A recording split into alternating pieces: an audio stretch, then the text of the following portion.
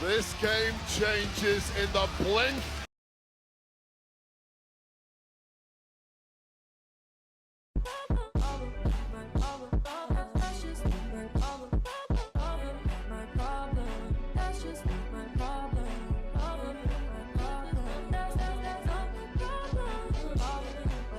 Hey, what's going on YouTube land? It's me, TJ, and welcome to my YouTube channel, Wrestling Nostalgia, where I give my wrestling content on these videos. And today, we are going to be reviewing SummerSlam, the biggest scam, biggest party of the summer. But anyways, let me just stop with all the theatrics. Let's just go get right into the review. So we start off with Jey Uso and Roman Reigns versus the Braun. So I'm going to just say that. And what I'm trying to figure out, why did Roman and Jey Uso come out first? I don't mind them opening up at all, but why did they come out first?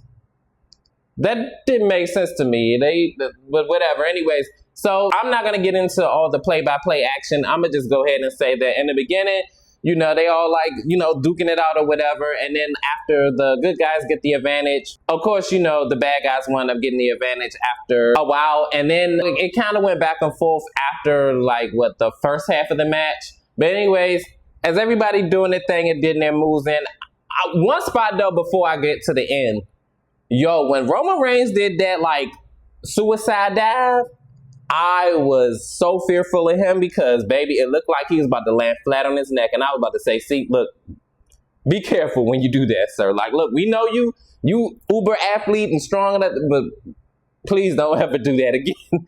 Or if you're going to do that, make sure because it looked like it was given Undertaker versus Shawn Michaels when he did that. But anyways, as they mixing it up and everything like that, Jey Uso was about to get the spear by Braun Breaker, but Roman Reigns unselfishly wind up taking a spear, so he wind up mixing it up. Bronson Reed wind up getting a spear and then wind up eating the Uso splash. 1, 2, 3. Jey Uso and Roman Reigns wins this match. And all I have to say is, who you thought was gonna win? You thought was gonna happen?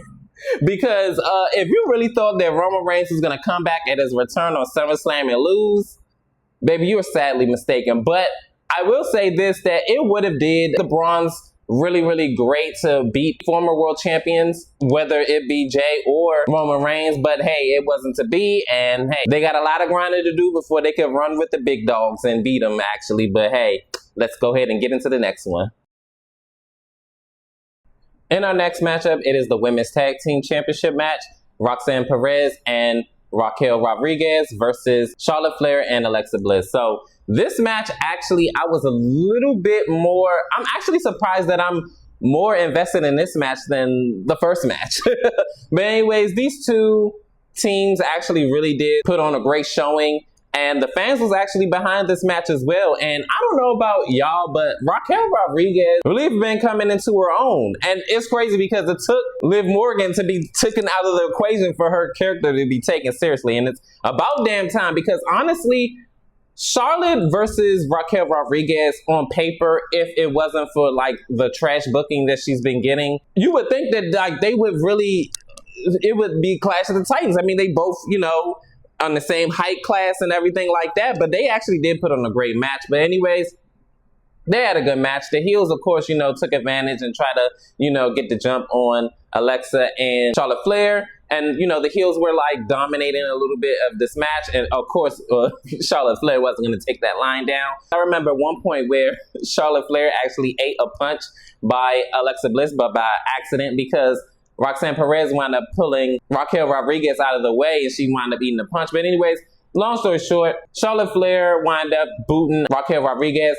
And then Roxanne Perez wound up eating Sister Abigail DDT. And 1, 2, 3, we have new women's tag team champions. So this match, actually, like I said before, I was a little bit more invested in than the first match. And I didn't think I was going to say that. Definitely with a Roman Reigns match. I don't know if it's because they entered first or whatever. I don't know. I just wasn't that invested. But I'm actually okay with them winning the women's tag team championships. And let's just be honest. These women's tag team championships haven't been taken seriously since Sasha Banks and Bayley had them. That was the last time they actually built up on a story with the women's tag team championships. I don't know about y'all, but that's just where I see things. But anyways, let's just go ahead and go to the next one. In our next matchup, which could have been on Raw, Sami Zayn versus Karrion Kross.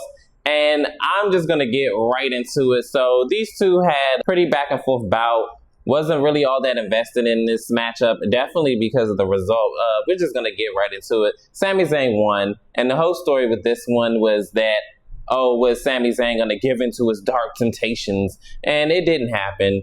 Scarlett wound up giving him the lead pipe, being Sami Zayn. He said, thinking about it, no, I'm not going to do it. Hula hoop kick, 1, 2, 3. Sami Zayn wins this match.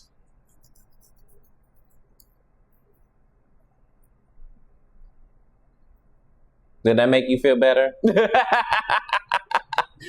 It's a good thing Karrion Kross got on the card and all that other good stuff, but this was a whole lot of nothing. If Karrion Kross wasn't going to go over, it was no point in putting this match on SummerSlam of all places. But anyways, next. Congratulations. And our next matchup is for the WWE Women's Championship. It is Tiffany Stratton putting up her championship against Jade Cargill. And I'm not going to lie, to me, the match itself, it was mid-ish, but it wasn't horrible. It wasn't like, oh my, you know what I'm saying? Like, but it did its thing. Honestly, their match at SmackDown was slightly better, only because they kind of looked a little bit off here and there. But other than that, they did the best what they could do. I'm just not too fond of the, you know what, let's just go right into it. Tiffany Stratton wound up retaining because she reversed a super jaded from the top rope, and she wound up doing the prettiest moonsault, 1, 2, 3, she won. I'm confused because what was the purpose of having her win the Queen of the Ring just for her to lose here against Tiffany Stratton to continue her crappy reign as champion? It just doesn't make sense. I'm not, like, did the WWE lose faith in Jade Cargill? Because, I mean, y'all wound up on her upward trajectory to be the champion. I mean, I thought that was the end goal, that she was going to be champion, or that she was going to win the title and then Naomi was going to cash in on her or whatever, which I still feel like it should have happened. But, hey, I mean, I'm not the booker, but overall, the match was pretty solid. It wasn't the best, but it wasn't the worst thing that I've ever seen in my life. And I don't know where Jade is going to go from here, being as though that now she's a single star. I don't know if I want to do a rematch at Clash at Paris or how that's going to go, but this was not the right decision because honestly, who else is Tiffany Stratton going to face off against? And if y'all sit up there and just up pop as far as WWE goes, like y'all just have her in the background and just have a whole Io Shirai moment again and have her not defend the championship for 3 months or 2 or however long it was since WrestleMania up until Evolution. If that's what we're going to do, then it was no point of Tiffany Stratton to go over, but I digress. It is what it is. This decision was not the best, but let's just, yeah. Congratulations. And our next matchup is probably the one that I'm the very, and I mean very least looking forward to reviewing. Jelly Roll, of all people, and Randy Orton versus Logan Paul and Drew McIntyre in a nothing feud, in a nothing match. I'm not going to get into all the details, but it was very entertaining seeing Jelly Roll go through the table. That was a pretty interesting spot. I'm not going to lie, but towards the end of the match, because like I said, I don't care for this match, Jelly Roll wound up coming back into the ring, and he wound up, having this little flurry in his moment or whatever, but he wound up getting claymored by Drew McIntyre, and then Paul hit his top rope move, 1, 2, 3. Logan Paul and Drew McIntyre stand tall and victorious in this match. Kudos to them, and I can't believe I'm saying this, but I was like, good for Logan. I'm like, wait a minute, I don't like this dude. What?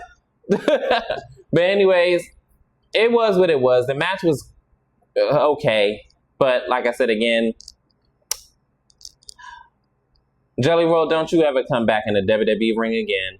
I said what I said.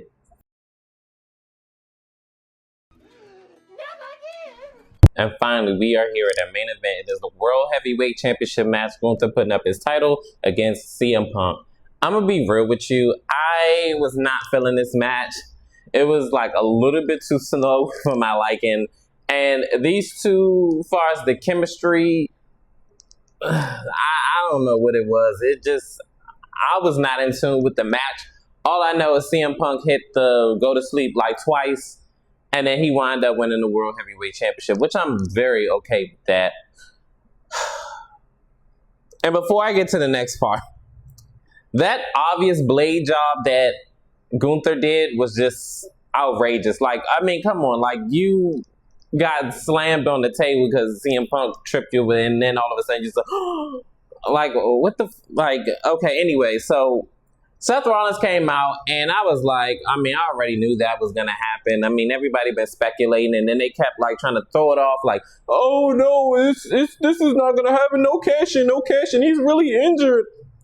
Child, save it for your mama. I already kind of figured that he fainted the injury. They just wanted to take him off TV because for real, his barnyard of faction isn't doing it for WWE, and the WWE Universe ain't really feeling it. Yeah, Seth Rollins is over, but the rest of his stablemates, it's not doing it. It's a dud. Sorry. They had to do something to take him away and then put him back or whatever. I don't know, but it just didn't make any sense to take him off TV and fake an injury. And then, I don't know, maybe they just knew that this night was going to be a dud, so they had to have something interesting happen. So anyways, let me just get right into it. Seth Rollins comes out. He winds up fading the injury, which I already knew. And then all of a sudden, he just goes down to the ring. And I'm like, yeah, that knee feels a lot better now, huh?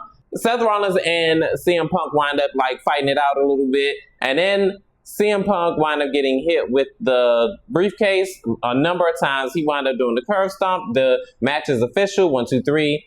Seth Rollins is the new world champion, which I already knew he wasn't going to have a failed cash in. What gave it away that I knew that he faked the injury is the fact that they did not take the briefcase off of him. What was the purpose of him having a briefcase if he's injured? Oh, but he has until 22. No. I feel like if you injured, then that thing needs to be to somewhere, a number one contender match, and then or whatever, or another ladder match. Something should have happened. So I already knew then. I said, nah, that man ain't injured for real. Then I kept saying like a different report saying that he was really injured. Then you seen Becky all of a sudden like recording him as he's really injured, and I'm like, I don't know. They just doing a little bit too much to like try to convince us, but. I was like, we're going to see what's going to happen, but I already knew what was up. But anyways, yeah, that's it. That's your SummerSlam. This is probably the worst SummerSlam in WWE history. Yes. A lot of safe predictions, a lot of safe winners, a lot of just safe. All these winners were predictable, and I'm sorry.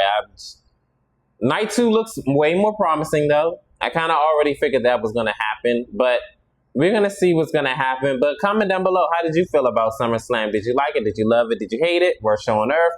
Comment down below, like, share, and subscribe. Help me grow the channel. Your love and support is definitely greatly appreciated. Well, peace. TJ, I'm out.